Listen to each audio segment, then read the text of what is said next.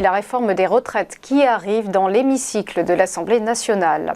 Après une semaine de débat en commission, tous les députés vont à présent pouvoir discuter du projet de loi. Un texte sur lequel le gouvernement commence à lâcher du lest, notamment au sujet des carrières longues. Dans le JDD hier, Elisabeth Borne a annoncé que ceux qui ont commencé à travailler entre 20 et 21 ans pourraient partir à 63 ans. Une concession pour amadouer les députés du camp des Républicains, mais pas de quoi convaincre les opposants à la réforme. Pour le secrétaire général de la CFDT, Laurent Berger, il s'agit d'une rustine. Le problème de base de cette réforme, c'est le report de l'âge légal à 64 ans, a-t-il martelé. Du côté de la France insoumise, le député François Ruffin a estimé que la bataille des retraites ne se jouerait pas au Parlement, mais, je cite, « dans le pays » et pourrait déboucher sur une révolte ou sur un dégoût durable. On poursuit avec Elon Musk, reconnu non coupable de fraude pour ses tweets sur Tesla. C'est un jury californien qui s'est prononcé vendredi dernier. Le fantasque milliardaire était accusé par des investisseurs d'avoir enfreint les règles boursières. Lui était reproché des informations fallacieuses sur Twitter destinées à modifier le cours de la valeur Tesla. En août 2018, plus précisément, Elon Musk avait affirmé sur le réseau social qu'il allait sortir son groupe automobile de Wall Street.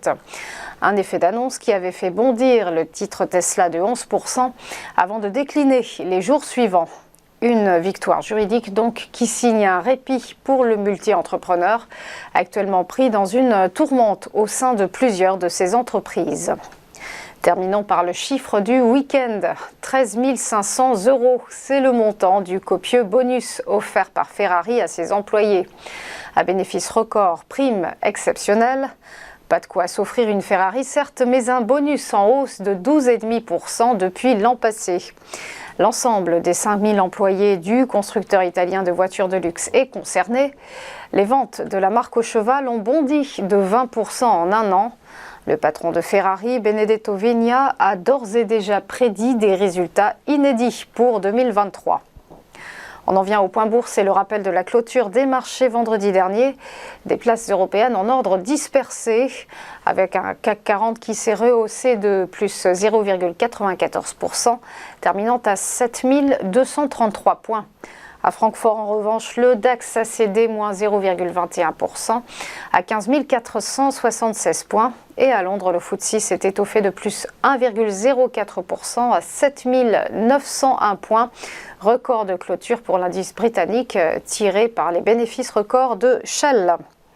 Quant à l'IBEX de Madrid, eh bien, il s'est stabilisé avec une micro-chute de moins 0,04%.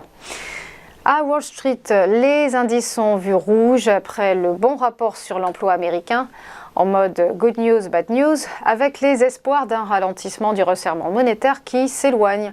Conséquence, le Dow Jones s'est érodé de moins 0,38%, le S&P 500 a lâché moins 1,04% et enfin une lourde chute pour le Nasdaq Composite qui a abandonné moins 1,59%. Et pour être très complet, sachez que ce matin, le Nikkei, l'indice japonais, a grimpé de plus 0,67%. Voilà pour la partie news, restez avec nous, on se retrouve juste après une première pause pour ChronoCAC.